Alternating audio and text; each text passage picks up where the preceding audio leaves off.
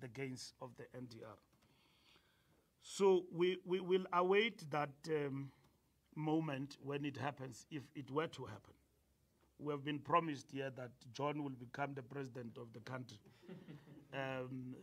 That is possible. Because you must not think that is empty rhetoric. They did it. Right from the inception when we lost power, the EFF voted with the DA.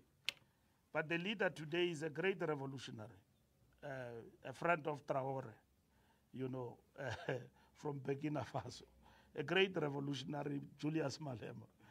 He says that he doesn't want the DA and EFF and Freedom Front Plus, but when it's convenient for him, he vote with them. And when I engaged him and he said, I must go and talk that nonsense far away from him. From the onset, I said, but you know, revolution and this ideology, DA says, go and talk that nonsense far away from me. We will vote with the DA.